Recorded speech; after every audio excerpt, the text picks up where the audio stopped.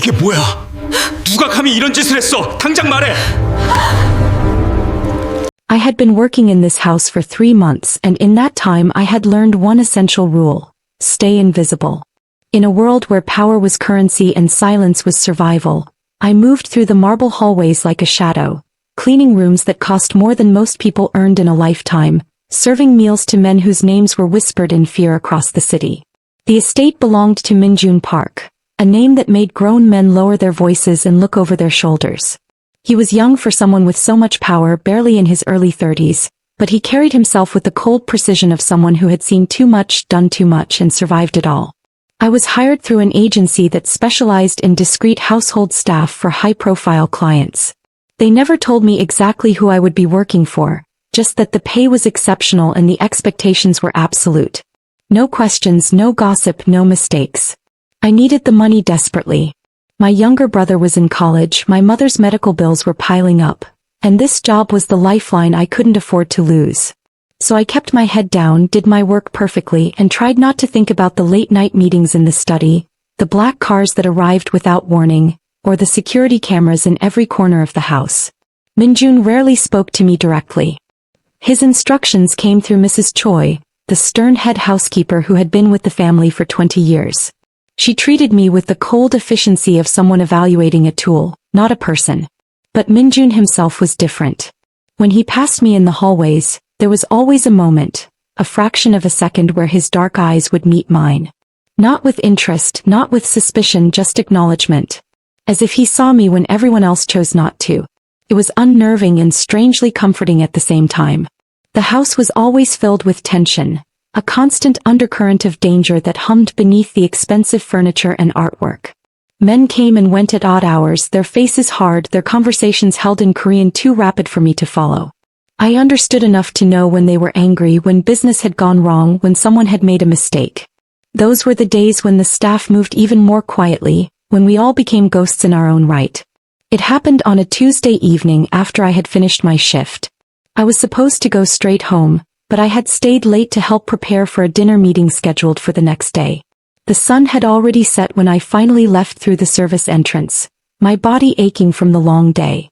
The neighborhood around the estate was quiet, too quiet. Streetlights cast long shadows, and the autumn air carried a chill that made me pull my jacket tighter. I didn't see him until it was too late. He stepped out from between 2 parked cars, his face partially hidden by a hood. My heart jumped into my throat, instinct screaming danger before my mind could catch up. I tried to move past him quickly, but his hand shot out and grabbed my arm with bruising force. "Where do you think you're going?" His voice was rough, accent thick. His breath reeked of alcohol and something bitter. "You work for Park, don't you? I've seen you going in and out." Fear flooded my system, cold and paralyzing. I tried to pull away, but his grip tightened painfully. "Please, I don't know anything. I just clean, I'm nobody." "Nobody?" He laughed, a harsh, ugly sound. "Everyone who works for that bastard knows something. My brother is dead because of him. Dead. And Park just keeps getting richer, more powerful while my family suffers." I could see the rage and grief twisted together in his face, the dangerous combination of pain and alcohol that made people unpredictable. I tried again to pull free, my voice shaking. "I'm sorry about your brother, I really am, but I don't know anything about business. I just work in the house. Please let me go." His other hand came up fast and I barely had time to turn my face. His fist connected with my cheekbone, the impact sending a burst of pain through my skull. I stumbled backward, tasting blood where my teeth had cut the inside of my cheek. The world tilted and I fell hard onto the pavement, my palms scraping against concrete. "Tell Park," he spat down at me, "that this isn't over. Tell him that every person who works for him, who helps him, who protects him, they're all going to pay. Starting with you." He kicked at me once, his boot connecting with my ribs, and then he was gone, running back into the shadows. I lay there for a moment, stunned and hurting, trying to process what had just happened. My face throbbed, my side ached, and my hands were bleeding. Slowly, carefully, I pulled myself up and made my way to the nearest bus stop, praying no one would look at me too closely. That night, I sat in my tiny apartment bathroom, staring at my reflection in the mirror.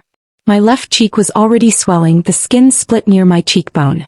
A bruise was forming, dark and angry. I cleaned the wound as best as I could, applied antibiotic ointment and covered it with a large bandage. The face staring back at me looked frightened, vulnerable. I thought about calling the police, but what would I say? That I had been attacked because of where I worked? That I had no idea who the man was or how to find him? And more terrifyingly, what if reporting it made things worse? What if it drew attention I couldn't afford? I barely slept that night, my body aching, my mind racing through possibilities. Should I quit? Should I tell someone at the house? Should I pretend nothing happened? By morning I had made my decision. I would go to work as usual, say nothing, hope no one noticed. The bandage was visible, but I could claim it was an accident, that I had tripped, that it was nothing serious. I couldn't lose this job. My family needed the income too desperately. When I arrived at the estate the next morning, I used the service entrance as always, hoping to slip in unnoticed. Mrs. Choi gave me a sharp look when she saw the bandage but said nothing, just handed me the day's task list with her usual efficiency. I threw myself into work, scrubbing floors, polishing silver, changing linens, anything to keep my mind occupied and my face turned away from prying eyes. I thought I had successfully avoided attention until mid-morning, when Mrs. Choi found me in the library. Her expression was unreadable. "Mr. Park wants to see you in his study." Now. My stomach dropped. In 3 months of working here I had never been summoned to his study. That room was where business happened, where decisions were made that changed lives and ended them. Staff didn't go there unless something was very wrong. I followed Mrs. Choi through the hallways, my heart pounding so hard I could hear it in my ears. Had someone seen the attack? Had the man come back? Was I about to lose my job or worse? The study was exactly as I had imagined it from the outside. Dark wood, leather furniture, floor-to-ceiling bookshelves filled with volumes in multiple languages. And behind the massive desk sat Minjun Park, his attention focused on documents spread before him. He didn't look up immediately and I stood there, hands clasped in front of me, trying to control my breathing. The bandage on my face felt enormous, conspicuous, a neon sign broadcasting my vulnerability. If you've ever wondered what it looks like when fear meets reality, leave your thoughts below. I'd love to hear your perspective. Finally, he set down his pen and looked up. His gaze went immediately to my face, to the bandage covering my cheek. For a long moment he said nothing, just studied me with those dark, unreadable eyes. The silence stretched until I wanted to fill it with explanations, apologies, anything to break the tension. "What happened to your face?" His voice was quiet, controlled, but there was something beneath it I couldn't quite identify. I had prepared an answer, a simple lie about clumsiness. "I tripped yesterday evening, hit the corner of a table. It's nothing serious, just looks worse than it is." He continued to watch me and I had the uncomfortable sensation that he could see straight through the lie. "You tripped." "Sir. I'm very sorry if it's unprofessional. I can cover it better if needed." "Look at me." It wasn't a request. I raised my eyes to meet his, trying to keep my expression neutral. He stood slowly, moving around the desk with a grace that was somehow predatory. He stopped a few feet away, close enough that I had to tilt my head up slightly to maintain eye contact. "That is not an injury from falling. That is from being struck." My carefully constructed composure cracked. How could he know that just from looking? It was an accident. "Do you think I've survived this long by not recognizing violence when I see it?" His voice remained calm, but there was an edge to it now. "Someone hit you." "Who?" I shook my head, panic rising. "No one. It really was just." "Do not lie to me again." The temperature in the room seemed to drop. "I do not tolerate deception in my house. Someone put their hands on you. I want to know who, where, and why." Tears burned in my eyes and I hated myself for the weakness. I had sworn I wouldn't cry, wouldn't show fear, but standing there under his intense scrutiny, all my defenses crumbled. "It doesn't matter. It's handled. I don't want any trouble." "It matters to me." He moved closer and I instinctively took a step back. He noticed and something flickered across his face, almost like regret. His voice softened just slightly. "I'm not going to hurt you, but I need you to tell me what happened. The truth." The tears spilled over and I wiped at them angrily. "Last night after work, a man stopped me on the street near here. He said his brother died because of you. He was drunk, angry. He hit me, told me to give you a message. He said everyone who works for you is going to pay." The change in Minjun's demeanor was immediate and terrifying. His expression went completely cold. the mask of civility dropping to reveal something much more dangerous underneath. But that danger wasn't directed at me. Describe him. Everything you remember. I described the man as best as I could, from his height to his accent to the few words he had said. Minjun listened without interrupting, his jaw tight, his hands clenched into fists at his sides. When I finished, he pulled out his phone and made a call, speaking rapid Korean to whoever answered. I caught words here and there. Description, threat, immediate. He hung up and looked at me again. Did he follow you home? Does he know where you live? I don't think so. He ran away after. I gestured vaguely at my face. You will not go home tonight. You will stay here in one of the guest rooms. Security will be increased, and no one leaves the property alone until this is resolved. I can't stay here. My family will worry. Then call them. Tell them you have extra work. Tell them anything you need to. But you are not leaving this house unprotected. His tone left no room for argument. This man threatened you because you work for me. That makes you my responsibility. I wanted to argue, to insist I could take care of myself, but the truth was I was terrified.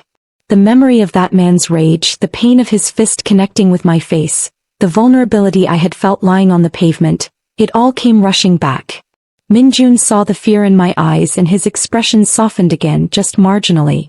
No one who works for me will be harmed because of who I am. That is a promise. You have my protection and I do not make empty promises. Mrs. Choi was summoned and given instructions to prepare a guest room and ensure I had everything I needed. As I was being led out of the study, I turned back. Minjun had returned to his desk, but he wasn't looking at his documents. He was staring at the space where I had stood, his expression dark and troubled. That afternoon the house transformed. Additional security personnel arrived, serious men in dark suits who took up positions throughout the property. I was moved to a guest room on the second floor that was larger than my entire apartment, filled with furniture that probably cost more than a year of my salary. Mrs. Choi brought me clean clothes, toiletries, and informed me that dinner would be brought to my room. I called my mother and lied smoothly, saying the family needed me for a few days of intensive work and I would be staying on the property. She was happy, thinking it meant extra pay. My brother barely reacted to the news. I sat on the edge of the enormous bed, feeling completely out of place, and tried to understand how my life had changed so dramatically in less than 24 hours. Dinner arrived on a tray carried by one of the younger staff members, a girl named Sujin who had always been kind to me. She set it down and lingered, her eyes darting to my bandaged face. Everyone is talking about what happened. They're saying Mr. Park is furious, that he's mobilized half the organization to find the man who hurt you. That seems excessive, I said quietly. I'm just a maid. Sujin shook her head. You don't understand. Mr. Park doesn't accept threats against his household. Ever. It's not about you specifically, it's about the principle. If someone can hurt one of us without consequences, it makes him look weak. And in this world, weakness is death. After she left, I picked at the food, my appetite gone. The room felt like a gilded cage. I walked to the window and looked out over the manicured grounds, the high walls that surrounded the property, the security cameras that tracked every movement. I had thought I understood the world I was working in, but I was beginning to realize I had only seen the surface. Late that evening there was a soft knock on my door. I opened it to find Minjun standing there alone. He looked tired, the first time I had ever seen any vulnerability in his expression. May I come in? I stepped back and he entered, his presence seeming to fill the space. He looked at me for a long moment, then spoke quietly. We found him. The man who attacked you. My breath caught. What are you going to do? That depends on what you want. His answer surprised me. I could make him disappear, ensure he never threatens anyone again. Or I could have him arrested, turn over evidence to the police. Or I could do nothing, if that is what you prefer. The choice is yours. I stared at him, overwhelmed. Why are you asking me? I thought people like you just did what you wanted. A faint, bitter smile crossed his face. People like me. He walked to the window, looking out at the dark grounds. You know what I am, what I do. The world I inhabit. But you do not know why. I remained silent, waiting. He continued, his voice distant. I was 17 when my father was killed. He was a good man who made the mistake of trying to leave this life. They shot him in front of our home and my mother and I watched him bleed out on the driveway while we waited for help that came too late. I had two choices. Run and spend the rest of my life looking over my shoulder, or take his place and become powerful enough that no one would dare touch my family again. He turned back to face me. I chose power. I built this organization from the ground up, made it strong, made it feared. And yes, I have done things I am not proud of. I have hurt people, destroyed lives, made decisions that haunt me. But I have never, not once, allowed innocent people to suffer because of me. My staff, my household, they are under my protection. Always. I'm not innocent, I said softly. I chose to work here knowing what you were. Did you? He challenged gently. Or did you choose to feed your family, to keep your brother in school, to pay your mother's medical bills? You chose survival. That is not the same as choosing this life. The fact that he knew those details about me should have been frightening, but instead it felt strangely comforting. He had been paying attention, had cared enough to learn about the people who worked for him. If this story is pulling at something in you, tap that like. Sometimes we need to feel deeply. I don't want anyone killed because of me, I said finally. But I don't want him to hurt anyone else either. Minjun nodded. Then he will be dealt with appropriately. He will face consequences, but they will not include death. You have my word. He moved toward the door, then paused. There is something else you should know. The man's brother, the one he claims I killed, was actually killed by a rival organization trying to frame me and start a war. I have spent the past 6 months trying to prevent that war and expose the truth. His anger is misdirected, his grief has been weaponized by people who want to use him. That does not excuse what he did to you, but perhaps it explains it. Will you tell him the truth? I will try. Whether he chooses to believe it is up to him. Grief makes people blind sometimes. He opened the door, then looked back. Rest tonight. Tomorrow things will return to normal. But if you ever feel unsafe again for any reason, you come directly to me. Understood? I nodded and he left, closing the door softly behind him. I sat down on the bed, my mind whirling. Everything I thought I understood about Minjun Park, about this house, about my place in this world had shifted. He was still dangerous, still powerful, still everything I should fear. But he was also something else. Something more complicated. The next morning I woke to sunlight streaming through the windows and the soft knock of Mrs. Choi. She entered carrying fresh clothes and informed me that I was cleared to return to my regular duties. The bandage on my face was smaller now, the swelling reduced. I made my way downstairs, unsure of what to expect. The household had returned to its usual rhythm, staff moving efficiently through their tasks. The tension from yesterday dissipated. But there were small differences. Security personnel nodded to me as I passed, a subtle acknowledgement. Sujin smiled warmly when we crossed paths in the kitchen. Even Mrs. Choi seemed fractionally less cold. At lunch I was cleaning one of the sitting rooms when Minjun appeared in the doorway. He was dressed for business, his suit impeccable, but he took a moment to check on me. How are you feeling? Better, thank you. And thank you for last night, for everything. I told you. My household is under my protection. That includes you. He hesitated, then added, the man has been spoken to. He understands now what really happened to his brother. He has also been made aware that if he ever approaches you or anyone else in this house again, the consequences will be severe. You are safe. I should have been relieved, and I was, but there was something else too. A strange connection forming between us, born from crisis but feeling like something more. Can I ask you something? Always. Why does it matter so much? I'm just staff. In your world, people like me must be replaceable. He looked at me for a long moment and there was something in his eyes I couldn't read. No one is replaceable. Every life matters, even if the world I inhabit often forgets that. And you? He paused, seeming to choose his words carefully. You are not just staff. I notice when you enter a room. I find myself listening for your voice in the hallways. I have spent 3 months trying to understand why a woman who is clearly intelligent and capable is working as a maid instead of pursuing something greater. So no, you are not replaceable. My breath caught. The air between us felt charged, dangerous in a completely different way than before. Mr. Park. Minjun. When we are alone, you may call me Minjun. That wouldn't be appropriate. Many things in my life are not appropriate, but they are still true. He stepped closer and I didn't move away this time. I am not asking anything of you. I am simply being honest. You deserved honesty after everything. Before I could respond, his phone rang.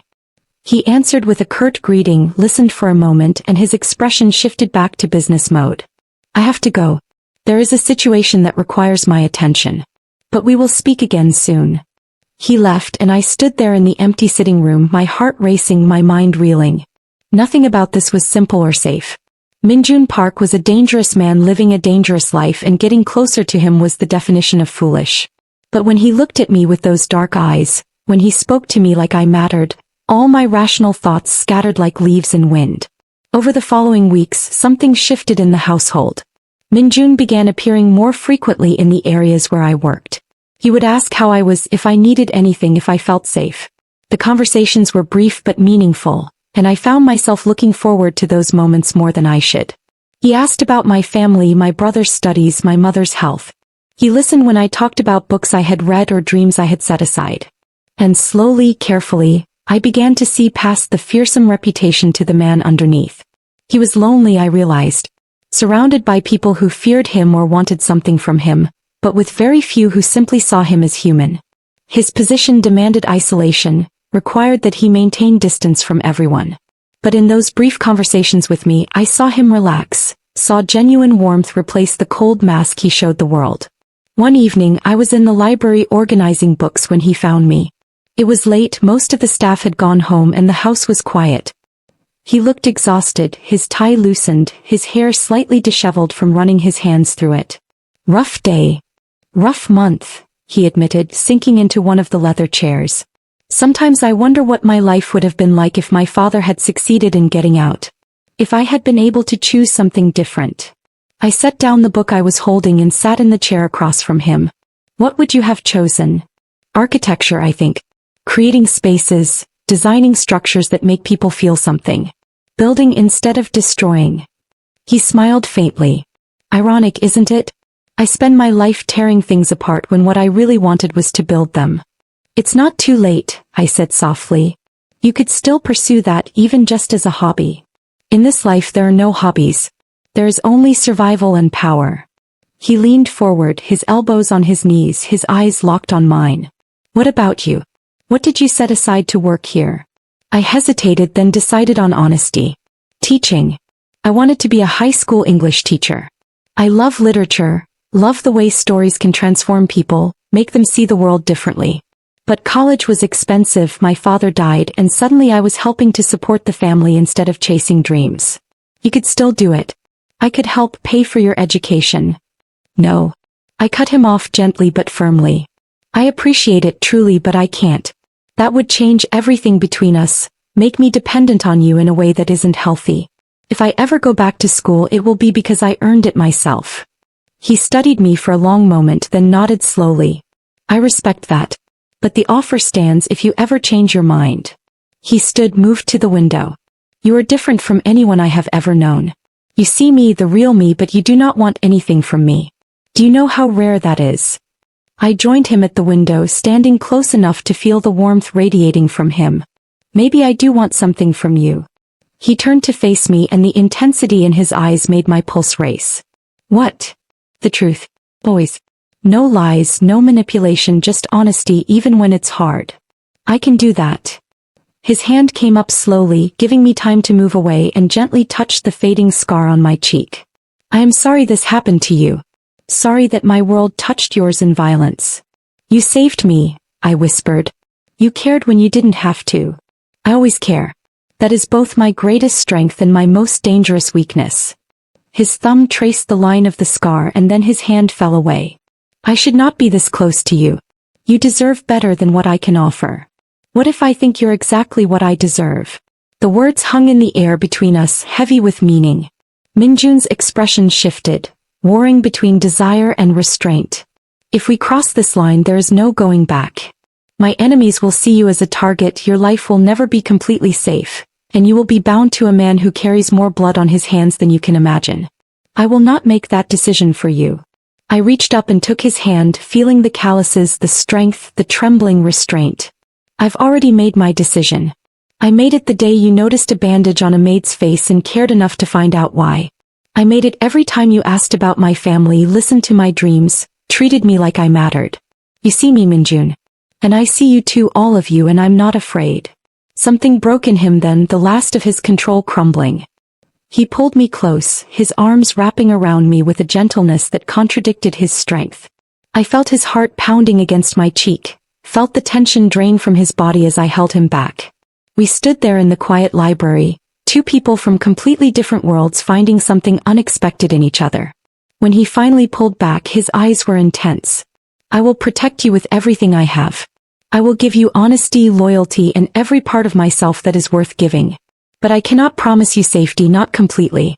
Can you live with that? I lived with fear before I met you, fear of poverty, of failure, of never being enough.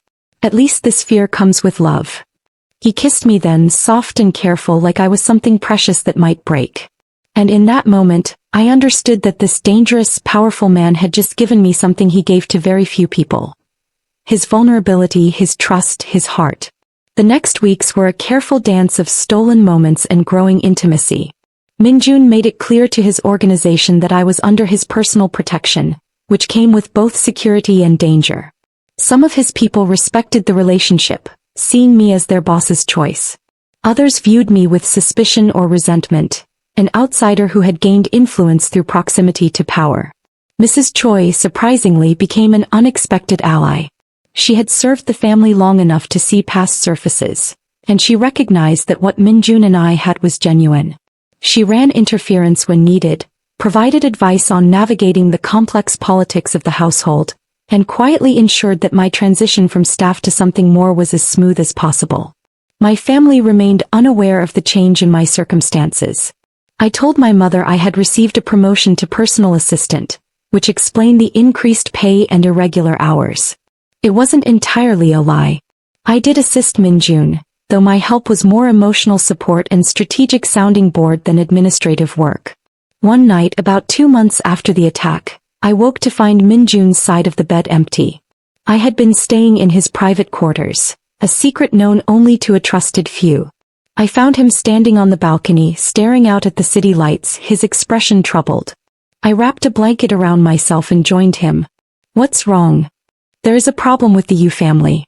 They are making moves that could trigger the war I have been trying to prevent. And they know about you now. They are threatening to use you against me. Fear clutched at my chest, but I pushed it down. What do we do? We. He looked at me and there was pain in his eyes. There is no we in this. I need to handle this and I need to keep you safe.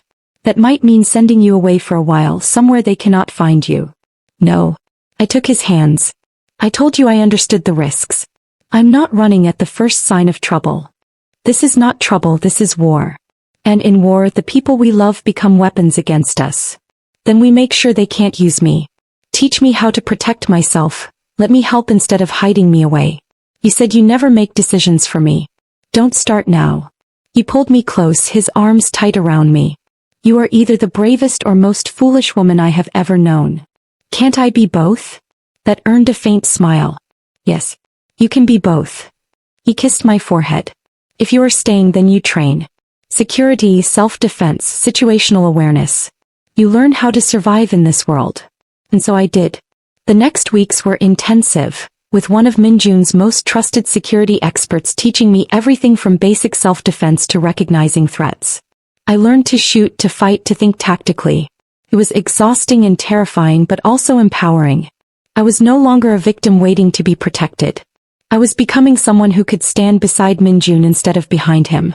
The crisis with the Yu family came to a head on a cold November evening. Minjun had a meeting scheduled with their leadership, a last attempt at negotiation before things turned violent. He wanted me to stay home, protected by his best security, but I insisted on being there. Not in the meeting itself, but close by. I had become his anchor, and he admitted that knowing I was near gave him clarity. If you're the kind of person who stays through the storm instead of running from it, subscribe. This is for you. The meeting was held in a neutral location, a private room in an upscale restaurant that both families frequented. I waited in a secure room nearby, monitored by 3 security guards, with access to cameras showing the main meeting space. I watched Minjun enter, flanked by his top people, his posture commanding, his face unreadable. The Yu family head, an older man named Director Yu, was already seated, his own people arranged around him. The conversation started civil but quickly deteriorated. Through the camera feed I could see Director Yu gesturing aggressively, his face reddening. Minjun remained calm, his responses measured, but there was steel beneath the diplomacy. Then Director Yu said something that made Minjun's expression go completely cold. He stood, spoke a few words I couldn't hear and turned to leave. That's when everything went wrong. One of the Yu family's men pulled a gun, aiming directly at Minjun. His security reacted instantly, weapons drawn, but the room had erupted into chaos. Shots were fired, people dove for cover, and I watched in horror as Minjun took a bullet to the shoulder, spinning him backward. I didn't think. I simply moved. Ignoring the shouts of my security detail, I ran from the room, down the hallway toward the private dining area. I could hear more shots, screaming, the sounds of violence that had before been abstract suddenly terrifyingly real. I burst through the door to find Minjun on the ground, one of his men shielding him while returning fire. Blood was spreading across his shoulder, his face pale with pain and rage. I dropped beside him, my hands going to the wound, applying pressure. "I've got you. Stay with me." "What are you doing here?" he gasped out. "I told you to stay." "When have I ever done what I'm told?" I pressed harder and he winced. "Your security has this. Just focus on breathing." The firefight ended as quickly as it started. The Yu family's men were subdued. Director Yu himself held at gunpoint by Minjun's second-in-command. Police sirens wailed in the distance, which meant this incident could no longer be handled quietly. Minjun struggled to sit up and I helped support him, my hands slick with his blood. "This changes everything," he murmured. "There will be investigations, exposure. The life I have built might come apart. Then we'll build something new," I told him firmly. "Together." Paramedics arrived, police flooded the scene. In the chaos, Minjun was loaded into an ambulance and I insisted on riding with him. At the hospital, while doctors worked to remove the bullet and repair the damage, I sat in the waiting room covered in his blood, shaking from adrenaline and fear. Mrs. Choi arrived with clean clothes and sat beside me, her presence a quiet comfort. "He has never let anyone close," she said softly. "Not in all the years I have known him. But you broke through all his walls. Whatever happens now, you gave him something he thought he would never have. Love." Minjun survived surgery, and over the following days the full scope of the situation became clear. The shooting had been witnessed by too many people to cover up. Federal investigators got involved, looking into both families' operations. Director Yu tried to use the incident to paint Minjun as the aggressor, but security footage and witness statements told a different story. In the end, it was Minjun's own decision that changed everything. Faced with the possibility of a long legal battle and continued violence, he made a choice. He cooperated with investigators, providing information that helped dismantle the most violent and corrupt elements of both organizations. It wasn't full immunity, he still faced consequences for his past actions, but it was a chance at something different. The process took months. Minjun spent time under house arrest, wore an ankle monitor, attended court hearings. His organization fractured, with some remaining loyal and others seeing his cooperation as betrayal. Assets were seized, accounts frozen, the empire he had built carefully dismantled piece by piece. Through it all I stayed by his side. My role in his life became public knowledge. I faced scrutiny from investigators, judgment from people who couldn't understand why I would love someone with his history. My mother was horrified when she learned the truth, my brother confused. But I refused to apologize or hide. Minjun had shown me who he truly was, not just the criminal the world saw but the man beneath. And that man was worth fighting for. On a spring afternoon, almost a year after the shooting, Minjun's legal situation was finally resolved. He had served his time through house arrest and community service, and had agreed to ongoing monitoring. His wealth was diminished but not destroyed, his reputation complicated but not unsalvageable.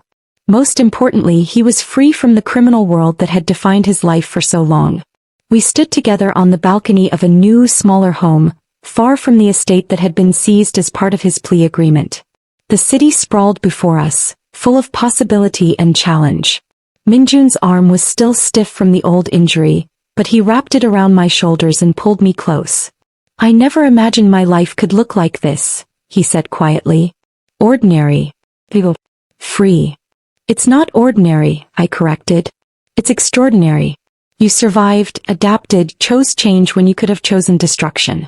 That takes more courage than anything you did before. He turned to face me, his hands cupping my face gently. I noticed a bandage on a woman's face and everything changed. Sometimes I wonder what would have happened if I had not asked, if I had simply let it go. You couldn't have let it go. It's not who you are. Beneath everything, you were always someone who cared. I care about you. I love you.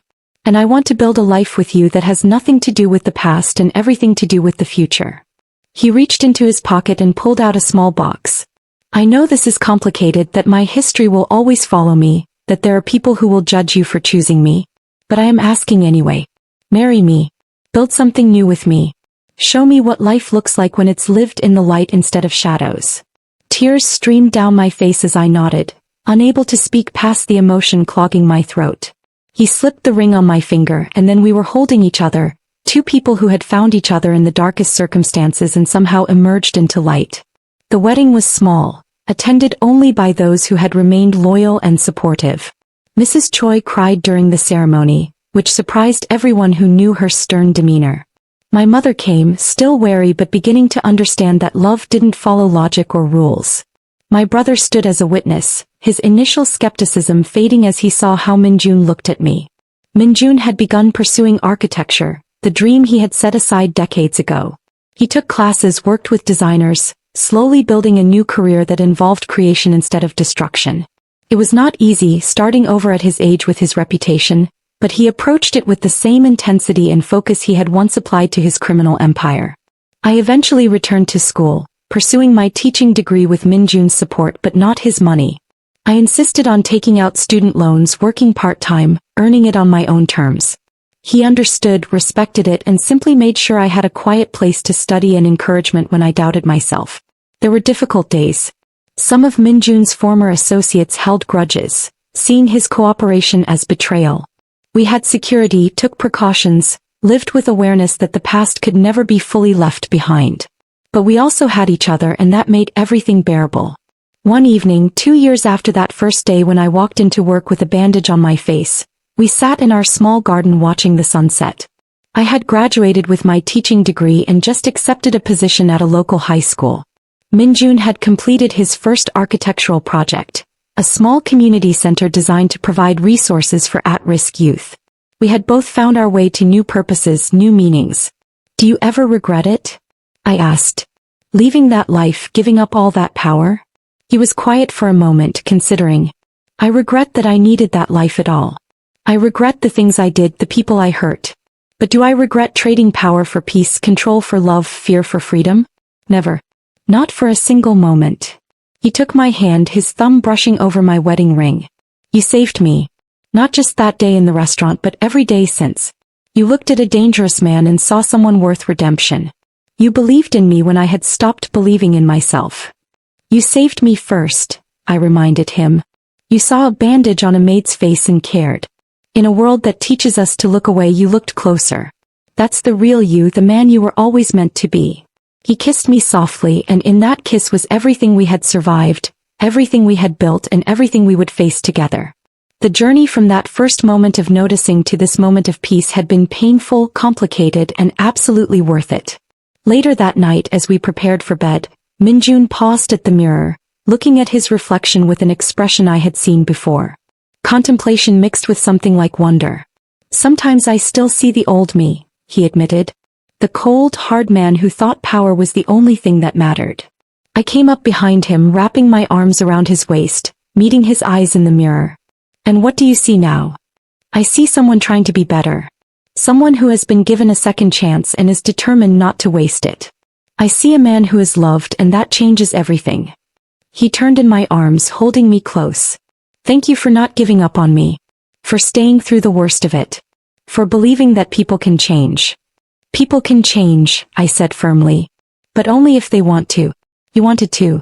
That's what made all the difference. The next morning, Minjun left early for a meeting with potential clients interested in his architectural designs. I watched him go, still amazed sometimes that this was our life. Quiet, ordinary, beautiful in its simplicity. I had my own preparations to make, lesson plans for my new teaching position, but I took a moment to simply appreciate how far we had come. My phone rang and I smiled seeing Mrs. Choi's name. She had retired from the household service but had become a friend, someone who checked in regularly. Good morning, Mrs. Choi. Good morning, dear. I wanted to see how you are settling into the new position. And to invite you both to dinner next week. I am cooking traditional Korean dishes, the ones Mr. Park loved as a child. We chatted for a few minutes, making plans, and after we hung up I sat in the morning sunlight thinking about family. Not the one we are born into but the one we choose, the people who stand by us through transformation and growth. That afternoon I visited my mother in her small apartment. Her health had improved with better medical care, something Minjun had quietly helped arrange despite my protests. She made tea and we sat at her kitchen table, the same table where I had done homework as a child, where I had told her I was taking the maid job, where I had later confessed I had fallen in love with a criminal. You look happy, she said, studying my face. Truly happy, not just content. I worried for so long that you had sacrificed too much for us, given up your dreams to take care of the family. But you found your way back. I found a different way, I corrected. Not the path I planned but maybe the one I was meant to walk. He's good to you. Really good. He's everything to me. And I think I'm everything to him. We saved each other, Mama. From very different kinds of danger, but we saved each other. She reached across the table and took my hand, her eyes damp. Then I am happy for you. Love is worth fighting for even when the world says it's wrong or impossible. You taught me that. Over the next months, life fell into a rhythm. I threw myself into teaching, discovering that I loved it even more than I had imagined. Helping teenagers understand literature, watching them connect with stories, seeing their minds expand, it fulfilled something deep in me. Minjun's architectural practice grew slowly but steadily, his designs gaining recognition for their thoughtful blend of function and beauty. We made new friends, people who knew our history but chose to see who we were now rather than who we had been. We built traditions, small rituals that made our house a home. Sunday morning coffee in the garden. Friday night cooking together. Monthly visits with Mrs. Choi. Simple things that meant everything. 1 year became 2, then 3. The past didn't disappear, it still surfaced occasionally in unexpected ways. A news article about the fall of the criminal organizations. A chance encounter with someone from that world. Moments when Minjun would grow quiet, wrestling with old demons. But we faced those moments together with honesty and support. On the 5-year anniversary of the day Minjun first noticed my bandaged face, we returned to the restaurant where the shooting had occurred. It had been renovated, the private room where violence erupted now a bright space filled with light. We sat at a table by the window holding hands across the table. 5 years ago my life was defined by fear and control, Minjun said quietly. I thought power would keep me safe, would protect the people I loved. But real safety, real protection, it comes from love. From building something worth defending instead of just defending what you've built. 5 years ago I was hiding behind a bandage, pretending I was fine, too afraid to ask for help, I added. You taught me that vulnerability isn't weakness. That letting someone see your wounds, your pain, your truth, that's the bravest thing you can do. We toasted to the journey, to the scars we carried, to the life we had built from the ashes of who we used to be. And as we left the restaurant hand in hand, walking into the evening light, I thought about that frightened woman who had walked into work with a bandage on her face, terrified of losing the one thing keeping her family afloat. I wished I could tell her that everything would work out, that the danger she faced would transform into the greatest love of her life, that the man she feared would become the man she trusted most in the world. But perhaps she wouldn't have believed me. Perhaps some journeys can only be understood by walking them, some transformations can only be appreciated by living through them. All I knew was that a single moment of genuine human caring, of seeing someone's pain and choosing to act, had changed 2 lives completely. Minjun had noticed a bandage on a maid's face. And in noticing, in caring, in protecting, he had found his own salvation. We had found each other. And that, more than anything else, was the real miracle. Not the dramatic rescue or the criminal empire's fall or the legal redemption. The miracle was simply this. 2 broken people seeing each other clearly, choosing each other completely, and building a life where love mattered more than power, where truth mattered more than reputation, where being seen mattered more than being safe. As we walked home through streets now familiar and comfortable, Minjun pulled me close. What are you thinking about? How everything changed because you cared about a bandage on someone's face. He smiled, that genuine smile that still made my heart skip. Everything changed because you were brave enough to tell me the truth, to let me protect you, to see past what I was to what I could be. You gave me a future worth living. We gave each other that, I corrected. Neither of us did it alone. And that was perhaps the most important truth of all. Transformation isn't a solitary journey. It requires witnesses, supporters, people who believe in our capacity to change and grow. It requires someone to notice when we're hurt, to ask the questions others ignore, to care when caring is inconvenient or dangerous. It requires courage to accept help, to trust, to be vulnerable. Our story began with violence and fear, with a woman hurt and a man defined by power.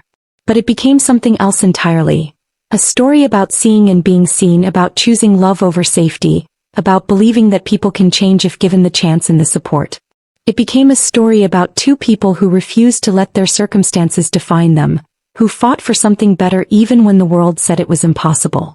That night as we lay in bed, Minjun traced the faded scar on my cheek, the last visible reminder of where this all began. I love this scar, he said softly. Not because of the pain it represents, but because it brought you to me. It made me stop, look, care. It changed everything. I covered his hand with mine. Then I love it too. Because it led me here, to you, to this life.